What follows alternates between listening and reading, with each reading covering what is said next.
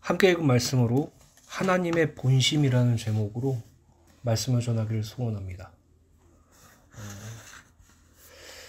호세아서의 핵심은 북이스라엘의 범죄와 그로 인한 멸망, 그러나 하나님의 회복이라고 말씀드렸고요.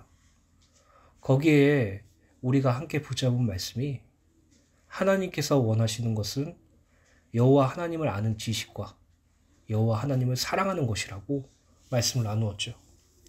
특별히 오늘 함께 나눌 호세아서 11장 말씀은 하나님의 본심이 면면히 드러나 있는 말씀이에요.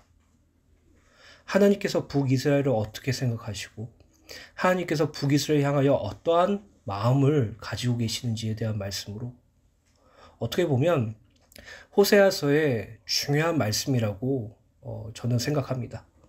사랑하는 주은혜교회 성도 여러분, 오늘 저와 여러분들이 하나님의 본심이 무엇인지 아셔야 돼요.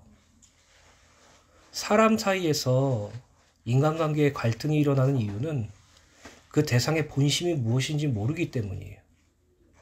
그 사람이 나한테 화를 내는데 그 사람의 본심을 알 수 없으니까 답답하죠.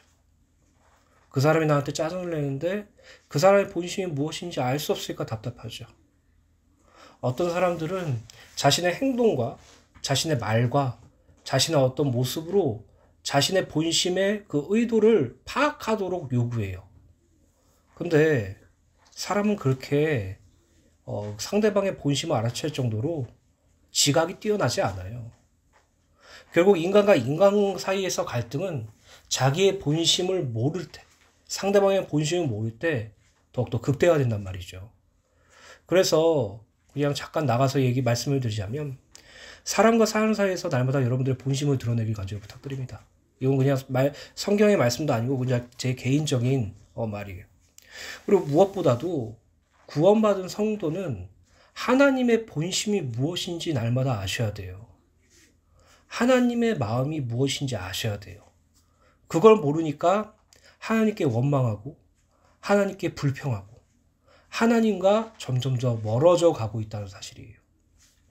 이번 주에 어떤 한 성도님과 전화로 잠깐 포럼을 했어요. 근데 그 성도님이 저한테 이런 얘기를 하더라고요. 삶을 살아가는데 너무나 지치고 힘들다. 어렵다. 그래서 하나님께 이렇게 기도했다. 하나님, 왜 나를 외면하세요? 왜 나를 내버려 주세요? 왜 계속 나를 내버려 두십니까? 라고 기도하면서 속상했는데 어느 순간 마음에 하나님께서 자신에게 이렇게 말씀하시는 것 같다고 그러더라고요. 내가 너를 외면한 게 아니라 네가 나를 외면했다고요. 그 말을 듣는데 계속 마음이 먹먹하더라고요. 그리고 그 말이 어떤 의미인지 안다 보니까 계속 하나님께 기도하게 되고요. 사실 하나님은 단 한 번도 우리를 외면한 적이 없거든요. 우리가 하나님을 외면했어요.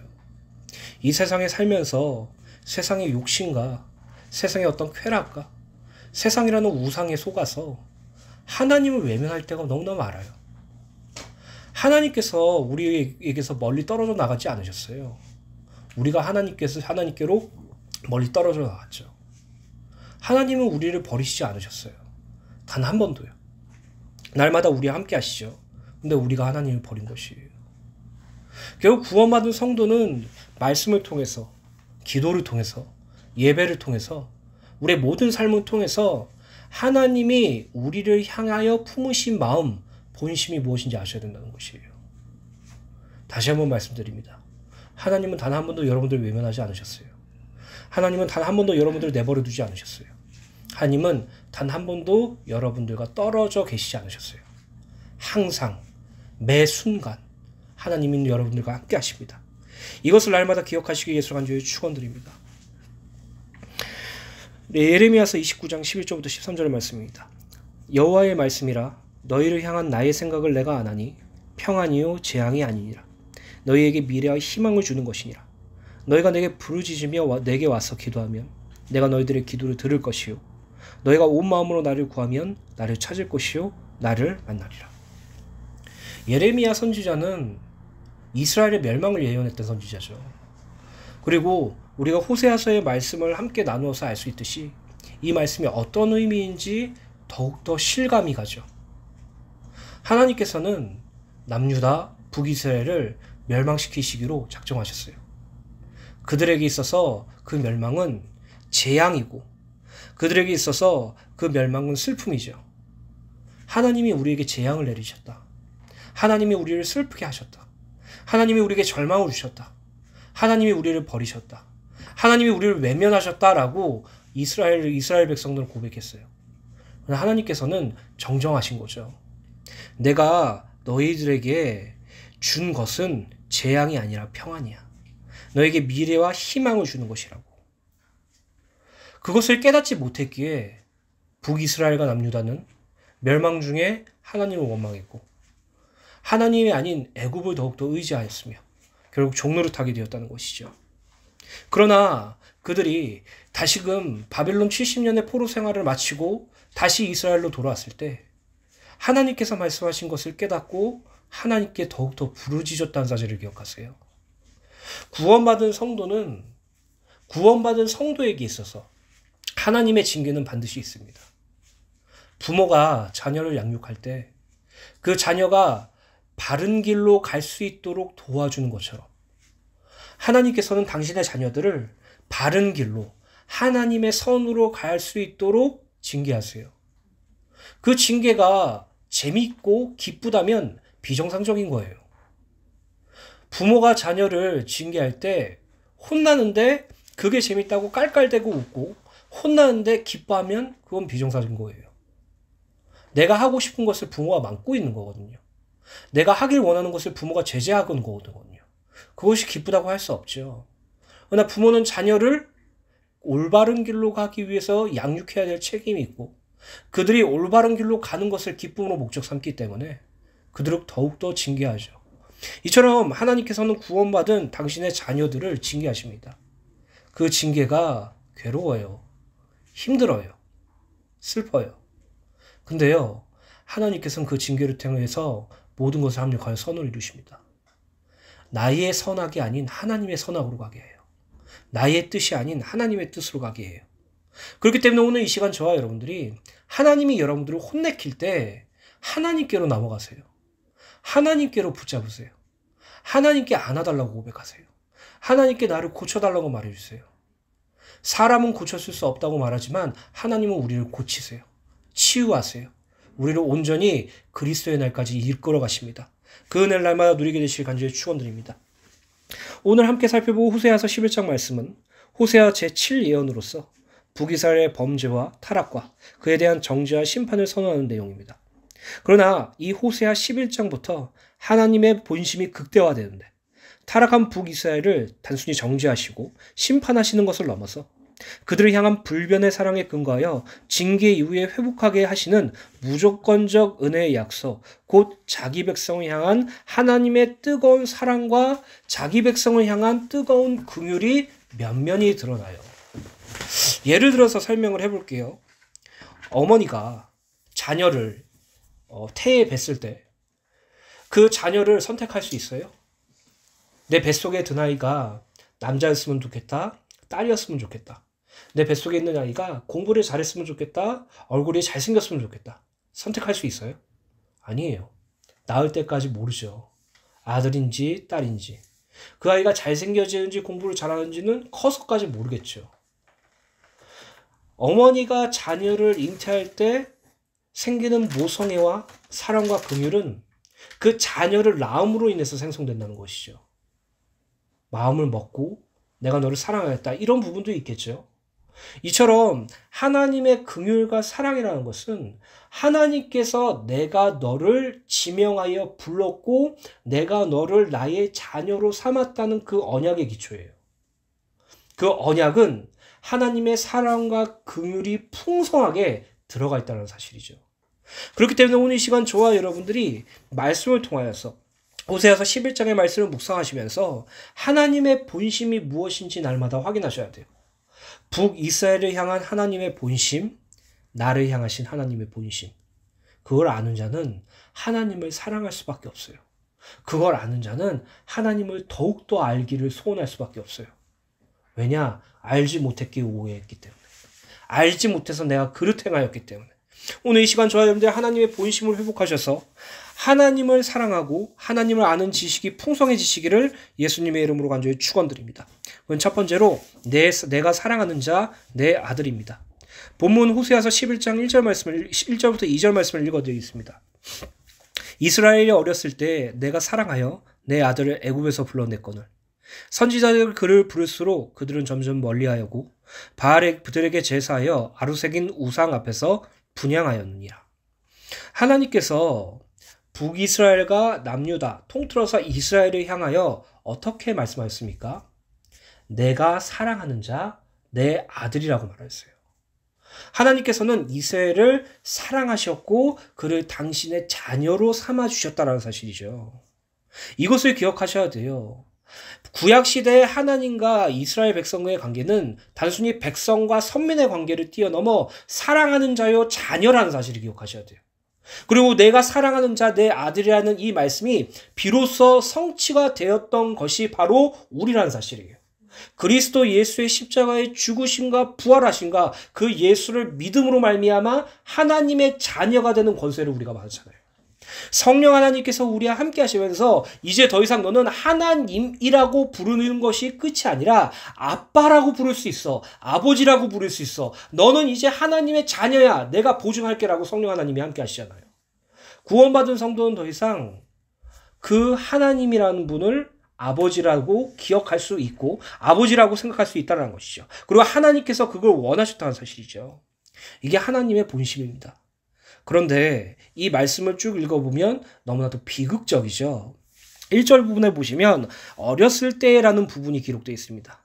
이 부분은 과거 이스라엘이 하나의 큰 민족을 이루기 전 애굽 땅에서 노예 생활을 하던 때를 지칭해요. 그때 그들은 아무런 소망도 없이 하루하루 압제와 고난 속에 절망의 나날을 보냈고 사람으로서 기본적으로 누려야 할 삶조차 기도할 수 없는 절망스러운 형편이었죠. 바로 그때 여호와께서 그들을 찾아가셨고 그들을 애굽에서 건져내셨어요. 그렇다면 하나님께서 왜 그들을 애굽에서 건져내셨습니까? 그 이유는 명백하죠. 내가 사랑하여서요.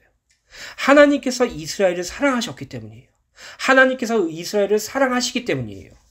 하나님은 이스라엘 백성들을 사랑하시고 당신의 자녀로 삼으셨으며 그들을 애굽에서 구원하셨어요. 그러나 이스라엘은 하나님의 사랑을 받아 하나님의 자녀가 되었음에도 불구하고 또 하나님께서 그들과 더욱 가까운 관계를 갖기 위하여 당신의 선지자들을 보내어 그들을 부르면 부를수록 그들은 하나님께로 멀어져 갔어요. 하나님을 떠나서 가증하고 더러운 우상을 적극적으로 또 지속적으로 숭배하였다는 것이죠. 부모와 자녀의 관계로서 말씀을 드릴게요.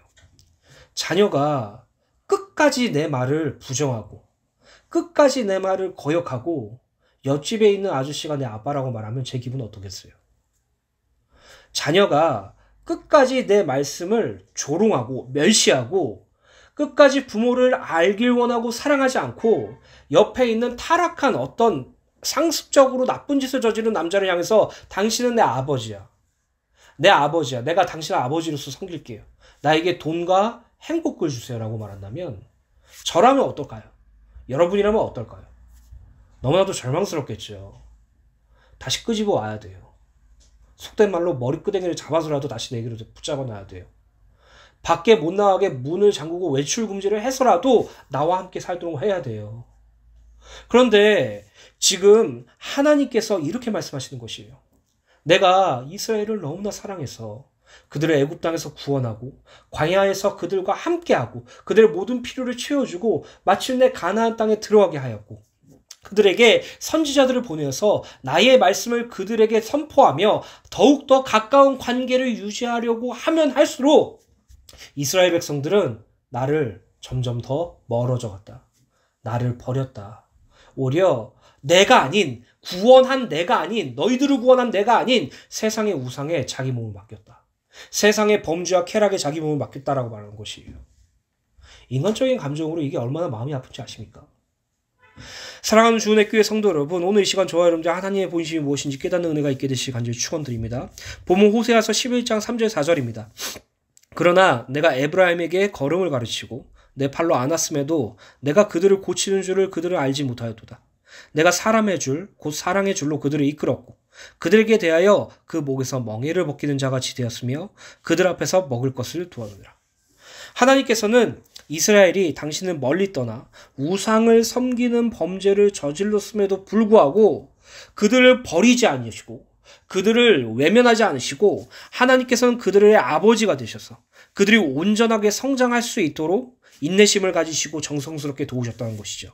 3절에 보면 에브라임에게 걸음을 가르치고라는 것은 부모가 어린아이에게 걸음마를 가르친다는 의미예요. 부모가 어린아이에게 걸음마를 가르칠 때 부모 마음은 조마조마하거든요. 이 아이가 일어났다는 것이 신기한데 걷다 보면 넘어질까 봐 겁나요. 그래서 언제든지 우리가 부모가 자녀가 걸음마를 배울 때 언제든지 넘어지지 않도록 가까이에서 보필해요. 가까이서 지켜봐요. 혹시라도 넘어질 것 같으면 바로 안아버릴 수 있게. 하나님께서 그렇게 이스라엘을 그렇게 지키셨다는 것이에요. 그렇게 인도하셨다는 것이에요. 그리고 팔로 안았음에도라는 것은 부모가 어린아기를 팔로 안아서 이끌었다는 의미로 하나님께서 광야에서 이스라엘 백성들을 어떻게 가나안 땅으로 이끄셨는지에 대해서 말씀하시는 부분이에요. 신명기 1장 31절의 말씀처럼 사람이 자기의 아들을 안는 것 같이 너희 하나님 여호와께서 너희가 걸어온 길에서 너희를 안으셔서 그들을 이끄셨다라는 그 말씀과 동일한 것이죠. 저는 어린 자녀를 키우기 때문에 자녀를 안을 땐 내가 힘들어도 자녀가 편하게 해요. 자녀가 조금이라도 편하게 있을 수 있도록 제가 힘들고 불편해도 안고 간다는 것이죠. 그러나 제가 가방을 메거나 제가 어떤 쌀을 이렇게 들고 다니거나 제가 물건을 옮길 때는 그냥 돌리면서 갈 때도 있고 대충 그냥 이렇게 하고 그리고 던져요. 사람이 자기 자녀를 안고 갈 때는 그 아이가 최우선적으로 되어진다는 것이죠. 이것은 하나님께서 이스라엘을 이끄셨을 때, 하나님께서 이스라엘을 키우셨을 때 마치 어린아이를 대하는 부모처럼 그들을 정성스럽게 사랑으로 대했다는 것이에요. 그리고 지금 우리에게도 동일하게 그렇게 하고 계시다는 것이죠. 그뿐만 아니라 하나님께서는 그들이 가나안 땅에 정착하였을 때도 지속적으로 그들을 치유하셨어요. 내가 그들을 고치는 줄은 그들은 알지 못하였다라고 말씀이 기록되어 있죠. 이 부분은 이스라엘이 출애굽 이후 가나안 땅에 들어와 거주하는 동안 사사시대를 의미하죠. 불신앙과 범죄를 저지를 때마다 하나님께서는 주변 이방 민족들을 사용하셔서 그들을 범죄를 깨닫게 하시고 다시금 여호와 하나님께로 돌아오도록 치유하셨어요. 결국 사사시대의 그 사이클은 사실 사이클이 아니에요. 회복과 치유였을 뿐이라는 사실이죠. 하나님께서는 이스라엘 백성들을 가나안 땅에서 그들과 함께 하시고 그들을 이끄시고 그들을 치유하였다라고 말했죠. 그러나 이스라엘은 이 모든 사실을 알지 못하였다라고 말하고 있어요. 하나님이 광야에서 그들을 바로 안아 가나안 땅으로 이끄시고 가나안 땅에서 그들이 온전히 당신만 섬길 수 있도록 지속적으로 치유의 은혜를 주셨지만 구원자 하나님을 알지 못하였고 그분이 베푸시는 보살핌과 치유의 은혜를 전혀 알지 못한 채 그들은 오히려 하나님을 더욱 멀리 떠나 가증한 우상을 숭배하였고 철저히 타락의 자기를 맡겼어요. 4절을 보면 하나님께서는 이스라엘을 사랑의 줄로 그들을 이끄셨다고 말씀하시는데 하나님께서는 이스라엘을 광야에서 이끄실 때 전능하고 초월적인 자신의 무서운 힘을 직접적으로 드러내기보다는 자신과 그들 사이에 사람 중보자 모세나 선지자들을 세워서 그들을 부드럽고 온화하게 특히 그들이 금송아지 우상의 범죄로 진멸당할 위기에 처할 때에도 모세의 중보기도를 통해 그들에 대해 최대한 인내하면서 이끄신 사건을 의미합니다. 그리고 그들에 대하여 그 목에 멍이를 벗기는 자라는 말씀과 그들 앞에 먹을 것을 두어놓으라라는 말씀은 사람이 밭을 갈기 위하여 부리는 소를 비유로 하신 말씀으로 소에 걸린 목에 멍에를 벗겨 그 소가 음식을 먹기 편하도록 하는 것을 연상케 하는 표현이에요. 이것은 여호와 하나님께서 자기 백성을 인도하실 때 그들을 타이에 의해 움직이는 꼭두가시처럼 대우하신 것이 아니라 그들의 자유의지 곧 자발적인 의사를 통해 행동하고 움직이고 생각하도록 이끄신 것으로 하나님께서 이스라엘에 대하여 얼마나 세심한 사랑으로 보살피는지를 가늠하게 해요. 결국 하나님께서는 이걸 원한 거예요. 내 자녀, 내 사랑하는 아들, 내 사랑하는 딸이 나를 진짜로 사랑하는 것이에요. 부모인 내가 자녀에게 사랑하도록 강요하는 것이 아니라 부모인 내가 자녀에게 사랑한다는 고백을 억지로 들을 수밖에 없도록 그 자녀를 몰아가고 힘들게 하는 것이 아니라 나의 사랑과 긍휼을 내 자녀에게 보여줘서 그 자녀가 우리 아빠가 우리 엄마가 정말 나를 사랑하는구나. 우리 아빠, 우리 엄마가 정말 나를 사랑한다. 아빠, 엄마 정말 사랑해요. 이렇게 될 수 있도록. 한 번도 여러분들을 꼭두가시처럼 대하신 적이 없었어요. 아들로서 대해주지. 한 번도 여러분들을 로봇처럼 만드시지 않으셨어요. 나의 딸로 대하셨지. 오늘 그것을 날마다 기억하시길 예수 간절히 축원드립니다.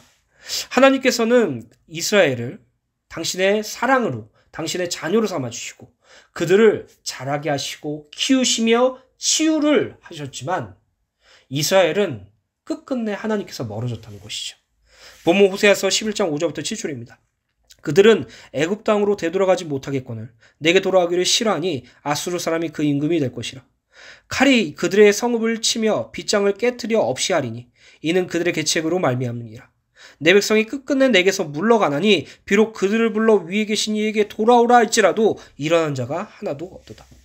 5절 말씀을 이해하기 어려울 수도 있지만 공동번역으로 보시면 이 백성은 나를 저버리고 이집트로 되돌아가려 하지만 결국 아수르의 지배 아래 들리라. 이스라엘이 얼마나 타락했는지, 북이스라엘과 남유다가 얼마나 타락했는지 다시 이집트로 돌아가려고 한다는 것이죠.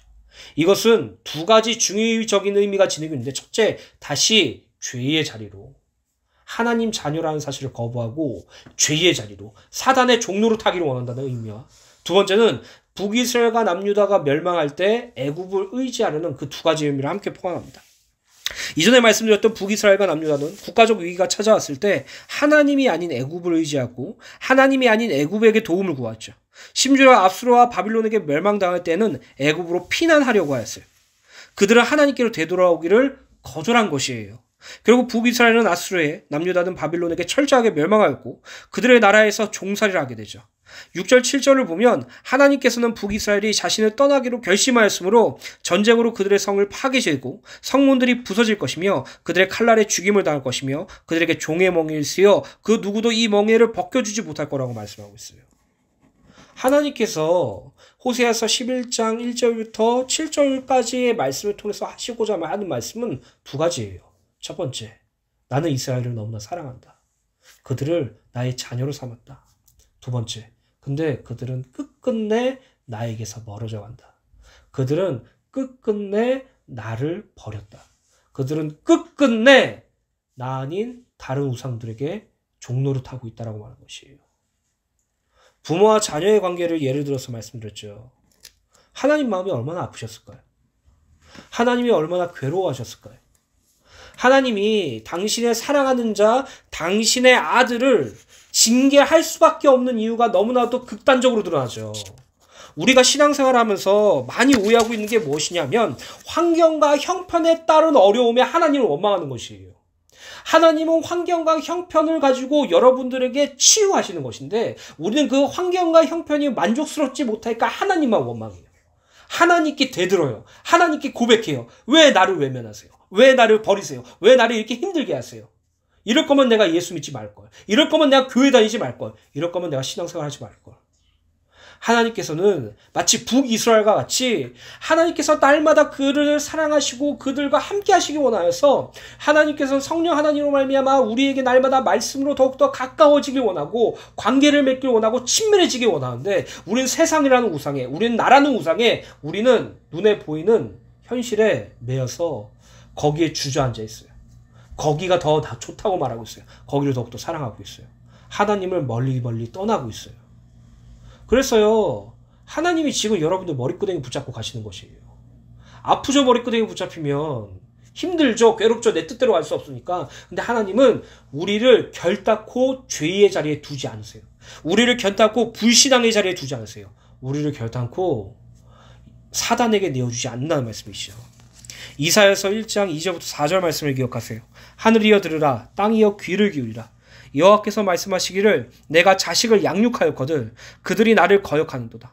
소는 그 임자를 알고 나귀는 그 주인의 구유를 알건만은 이스라엘을 알지 못하고 나의 백성은 깨닫지 못하는도다 하셨도다. 슬프다 범죄한 나라요, 허물진 백성이요, 행악의 종자요, 행위가 부패한 자식이로다. 그들이 여호와를 버리며 이스라엘의 거룩하신 이를 만으리 여겨 멀리하고 물러갔도다. 여러분 말씀을 통해서 점검해 보세요. 하나님을 외면하고 계시지 않으세요? 하나님에게서 벗어나려고 하지 않으세요?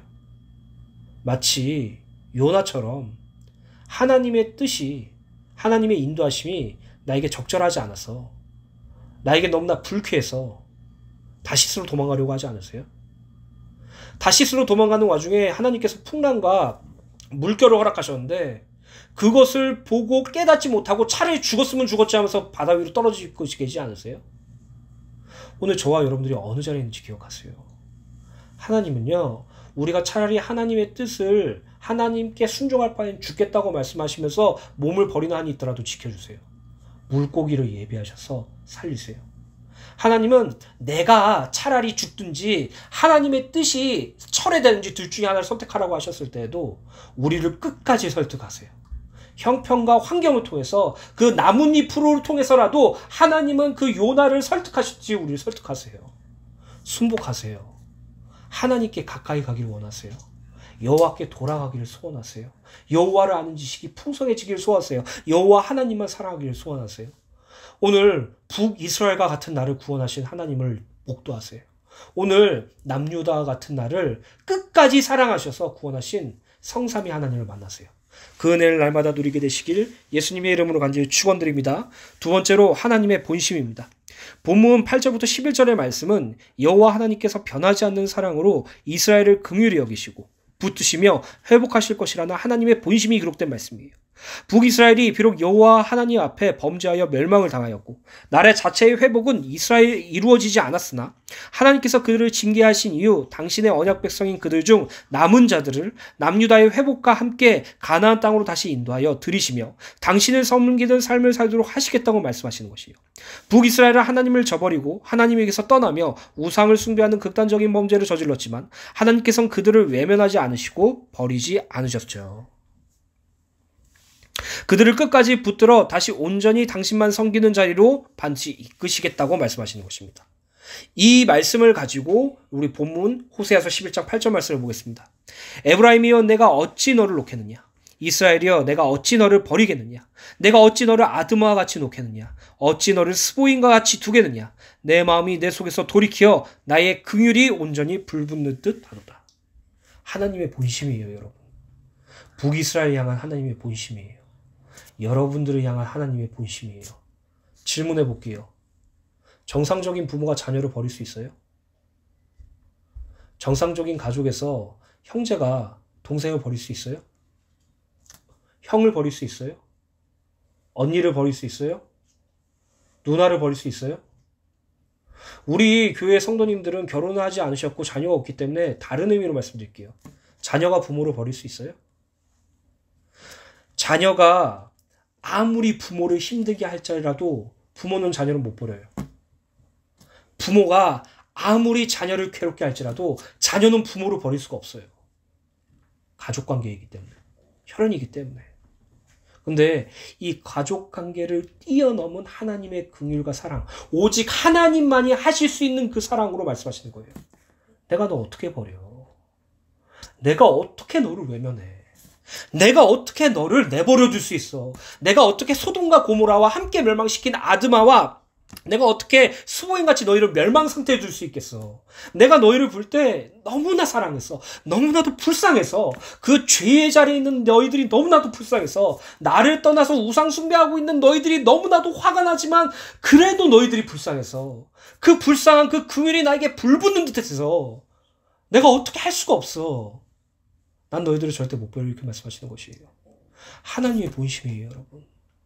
오늘날 구원받은 성도가 얼마나 큰 축복을 받는지 아십니까? 하나님은요, 우리를 절대 버릴 수 없으시기에 우리와 영원히 연합하셨어요. 함께 하셨어요. 하나님은요, 우리와 영원히 함께 하시기 위하여 우리를 당신의 성전으로 삼으셨어요. 하나님께서 현재 존재하는 그 성전으로 삼으셨어요. 얼마나 큰 축복받는지 아십니까? 그들의 법을 나의 법을 그들의 마음에 두신다고 말했어요. 나의 말씀은 그들의 영혼에 새긴다고 말씀하셨어요. 영원히 하나님이 그리스도 예수와 연합되고 함께 하신 것처럼 우리가 그리스도 예수와 하나님과 연합되고 함께 되었다고 말씀하고 있는 거예요. 하나님은 결코 우리를 버리지 못해요. 버리지 못하시기 때문에 영원히 하나가 되셨어요. 우리가 받은 축복을, 우리가 받은 구원을 경홀히 여기지 마시길 예수가 이제 축원드립니다. 8절 말씀은 자기 백성들의 범죄와 배악, 그로 인하여 그들이 당하는 심판으로 인하여 고통스러워하시는 하나님의 안타까운 마음과 더불어 당신의 언약을 결코 파하지 않으시고 끝내 그것을 기억하사 지키시겠다는 의지가 함유된 말씀이에요. 하나님께서는 에브라임아 내가 어찌 너를 놓겠느냐, 이스라엘아 내가 어찌 너를 버리겠느냐라고 말씀하시죠. 북이스라엘은 끝끝내 하나님에게서 멀어졌지만, 끝끝내 하나님을 버렸지만, 하나님께서는 끝끝내 절대 너희를 놓거나 끝끝내 너희를 버릴 수 없다고 말씀하시는 것이에요. 하나님께서는 북이스라엘을 너희들을 아드마와 같이 놓을 수 없고 스보임과 같이 멸망 상태로 둘 수 없다고 말씀하시죠. 아드마와 스보임은 여호와께서 소돔과 고모라를 심판하셨을 때 그 주변에 있던 성읍으로서 함께 멸망당한 섬이라고 말씀드렸죠. 비록 아드마와 스보임은 여호와 하나님과 전혀 관련 없는 죄악이 관영한 성읍이었기 때문에 완전하게 멸망당했지만, 북이스라엘은 너는 내 사랑하는 자고 내 아들이기 때문에, 너희는 나의 언약에 기초한 백성들이기 때문에 아드마와 스보임과 같이 버려두거나 완전히 멸망시키지 않고 끝까지 붙드시고 끝까지 도우시며 끝까지 너희들과 함께 하시겠다고 말씀하신 거예요. 이렇게 말씀하시면서 하나님께서는 자기 백성을 버리지 않으시는 이유가 무엇인지 알려주시는데 바로 긍휼입니다. 당신의 언약에 기초한 성실하시고 변함없으신 사랑, 하나님께서는 자기 언약의 백성 향해 마음을 돌이켜 징계에서 긍휼로 돌아오셨으며, 그러한 긍휼이 타오르는 불길처럼 뜨겁기에 그것을 억누르지 못하고 자기 언약 백성에게 그들에게 언약 백성의 그 긍휼을 쏟아 부으신 것이에요. 물론 하나님께서 당신의 백성을 버리지 않으신다는 것은 당신의 언약 때문이지만, 그러나 이 언약은 단순한 문구가 아니라 하나님의 불같은 사랑, 뜨거운 인애, 한량없는 자비와 긍휼이 전제된 언약이에요. 하나님께서 타락한 북이스라엘을, 우상 숭배에 자신을 맡긴 북이스라엘을 분노하셨지만 긍휼히 여기셨어요. 불쌍히 여기셨어요. 그들을 사랑하셨어요. 다시 그들을 당신에게로 돌이키시기 위해서 하나님께서는 징계하신 것이라는 것이죠. 오늘 하나님의 긍휼의 집약체가 무엇인지 아십니까? 하나님의 긍휼의 근본이고 하나님의 긍휼의 성취가 무엇인지 아십니까? 예수 그리스도예요. 허물과 죄로 죽은 우리를, 사망의 그늘에 앉아있는 우리를, 사망에 통치받은 우리를, 사단에게 종노릇하고 있는 우리를 불쌍히 여기셔서, 긍휼히 여기셔서 그리스도 예수를 이 세상에 보내셨고, 우리의 죄를 대신 십자가에 달려 죽이시고 그리스도 예수를 부활시키심으로 말미암아 당신의 자녀로 삼으신 것, 이게 하나님의 긍휼의 완성이에요. 오늘 그 은혜를 날마다 누리게 되시길 예수님을 간절히 축원드립니다. 본문 호세아서 11장 9절입니다. 내가 나의 맹렬한 진노를 나타내지 아니하며 내가 다시는 에브라임을 멸하지 아니하리니 이는 내가 하나님이요 사람이 아님이라. 내 가운데 있는 거룩한 이니 진노함으로 내게 임하지 아니하니라. 구절을 보면 하나님께서는 에브라임 너희와 함께하는 거룩하신 분이기 때문에 앞으로 회복될 에브라임 너희를 분노로 벌하지 않고 멸하지 않으실 것이라고 말씀하세요.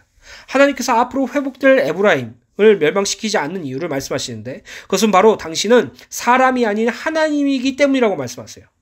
원어에 하나님을 지칭하는 단어 엘은 하나님의 초월성과 전능성을 강조하는 호칭이에요. 하나님께서는 사람처럼 감정에 압도되어 분별 없이 분노를 발하지 않으시고, 하나님의 신적 의지와 지혜는 타오르는 분노의 감정 또한 억제하실 수 있죠. 아울러 하나님께서는 오직 공의로 심판을 내리시되 진노 중에서도 당신의 백성들에 대하여 자비와 긍휼하심을 잃지 않으세요. 사람이 아니라 하나님이세요. 사람이 사람을 용서하기는 쉽지 않아요. 사람이 사람에게 긍휼을 베풀기는 쉽지 않아요. 심지어 자신의 원수나 자신을 힘들게 한 사람에게 용서하거나 긍휼을 베풀기 쉽지 않아요. 근데 하나님은 사람이 아니세요. 하나님이세요. 그분은 당신의 공의와 당신의 모든 언약의 기초에서 우리에게 긍휼을 베푸시고 사랑을 베푸신다는 사실을 기억하세요. 그 하나님께서 북이스라엘, 에브라임을 멸망시키지 않겠다고 말씀하시고, 오늘날 우리를 에브라임으로 삼으셔서 완성된 구원을 허락해 주셨다는 사실을 기억하시길 예수님의 이름으로 간절히 축원드립니다. 그래서 호세아서 11장 9절부터 11절입니다. 그들은 사자처럼 소리를 내시는 여호와를 따를 것이라. 여호와께서 소리를 내시면 자손들이 서쪽에서부터 떨며 오되, 그들의 애굽에서부터 새같이 아수르에서부터 비둘기같이 떨며 오리니 내가 그들의 집에 머물게 하리라. 나 여호와의 말이라. 하나님께서 북이스라엘과 남유다를 회복시킬 것에 대한 말씀이죠. 10절 11절을 보면 하나님께서 이스라엘을 회복시키는 날 하나님께로 돌아올 것임을 예언하시는데, 비록 하나님의 심판으로 말미암아 북이스라엘은 멸망당하지만 하나님께서는 당신의 크신 사랑과 긍휼로 인하여 심판을 넘어서 용서와 회복의 은총을 부어주실 것이라고 말씀하세요. 그래서 하나님께서는 사자의 소리에 대한 비유로 대하여 말씀하시는데, 이는 하나님의 음성이 자기 새끼를 부르는 어미 사자의 부르짖음처럼 크고 명확하여서 하나님의 택한 백성 중 그것을 듣지 못할 자가 없을 것임을 나타내요. 그리고 하나님께로 돌아오는 자들이 새와 비둘기에 비유되고 있는데, 이는 그들이 돌아오되 신속히 돌아올 것을 나타내요.